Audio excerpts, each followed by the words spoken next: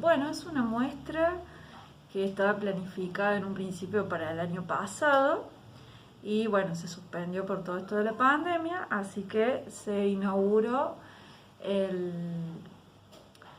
el 13 de abril, perdón, el 13 de mayo, y habla un poco acerca de la historia del Buen Pastor.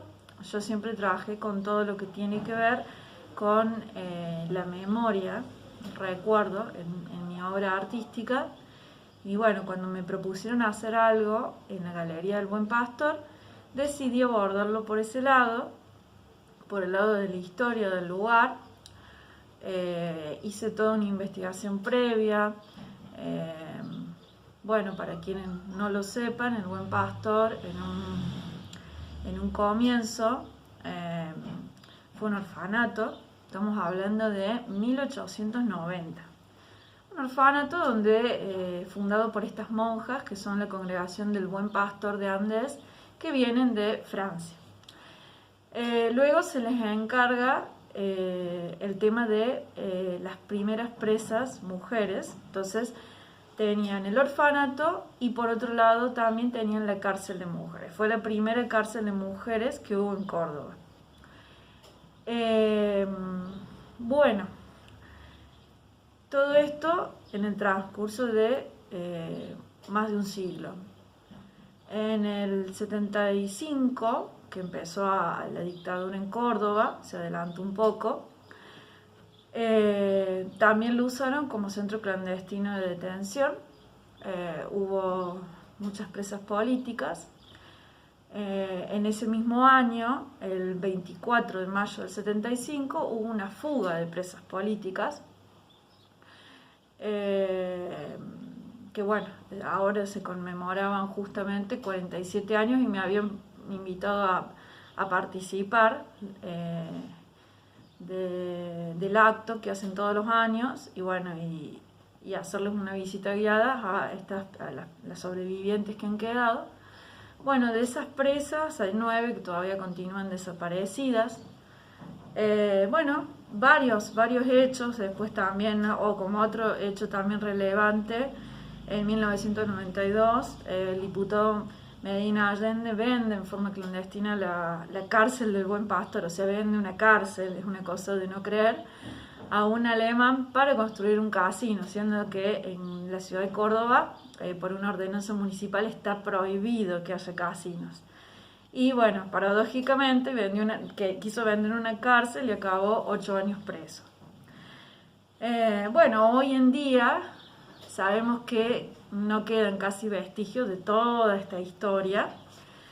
Y bueno, lo que yo quise hacer fue como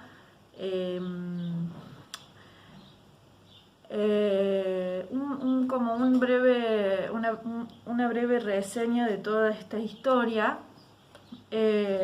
Y para eso, cuando fui, investigué, pregunté si había cosas de la cárcel y me dijeron que no, que ya no quedaba nada, que todo había sido demolido. De la parte arquitectónica tan solo quedaba la iglesia y una parte de la galería. Y como que me dijeron como un poco con humor que lo único original que habían quedado eran los pisos. Entonces bueno, yo empecé haciendo pinturas de los mosaicos originarios de la cárcel. Hice toda una instalación, acá está la postal que se repartió el día de la inauguración.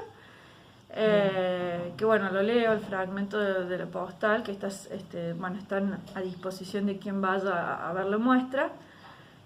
Dice: junto a una historia escrita se encuentra una historia viva que se perpetúa o se renueva a través del tiempo, y es allí donde la memoria rescata del pasado esta realidad habitada por múltiples sentidos. Esta exposición intenta reflexionar sobre el valor que tiene el Paseo del Buen Pastor como espacio público, teniendo en cuenta su historia de más de 130 años, y cómo ello forma parte de la construcción de nuestra identidad colectiva.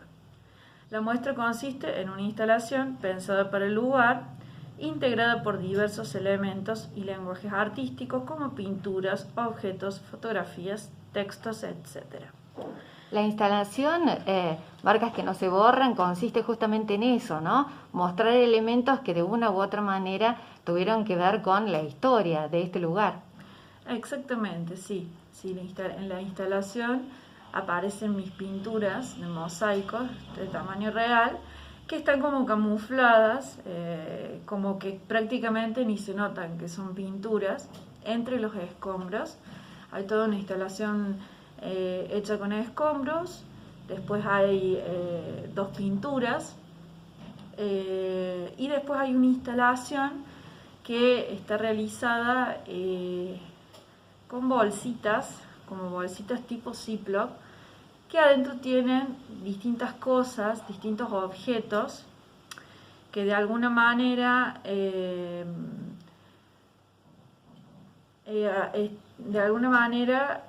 hacen alusión a algo que en su momento ha tenido valor y que, digamos, un valor simbólico, ¿no es cierto? Uh-huh. Y después hay otra instalación que está hecha con llaves, que son como, bueno, es muy difícil definirlo, pero son como especies de jaulas, por decirlo de algún modo, que adentro tienen varias llaves. La de las llaves como que está junto con la de los escombros. Bueno, y eso es un poco, digamos, lo que todo lo muestra a partir de la premisa de que no hay sujetos sin memoria y sobre todo de que el que olvida repite. Entonces para mí como que ese espacio, yo vivo más o menos cerca de ahí y paso seguido por el Buen Pastor y siempre veo bueno, mucha gente joven, porque como está en el corazón de Nueva Córdoba, tomando mate, sobre todo chicos muy jóvenes y bueno, como que también quería, me llamaba mucho la atención ese contraste, ¿no? De toda esta gente disfrutando de este espacio recreativo, lo cual no, por supuesto no me parece mal, pero el contraste que genera con toda la historia que tuvo este lugar y sobre todo, no tanto yo, porque no llegué a vivir la última dictadura, pero la gente que estuvo presa o que vivió la dictadura, la última dictadura militar,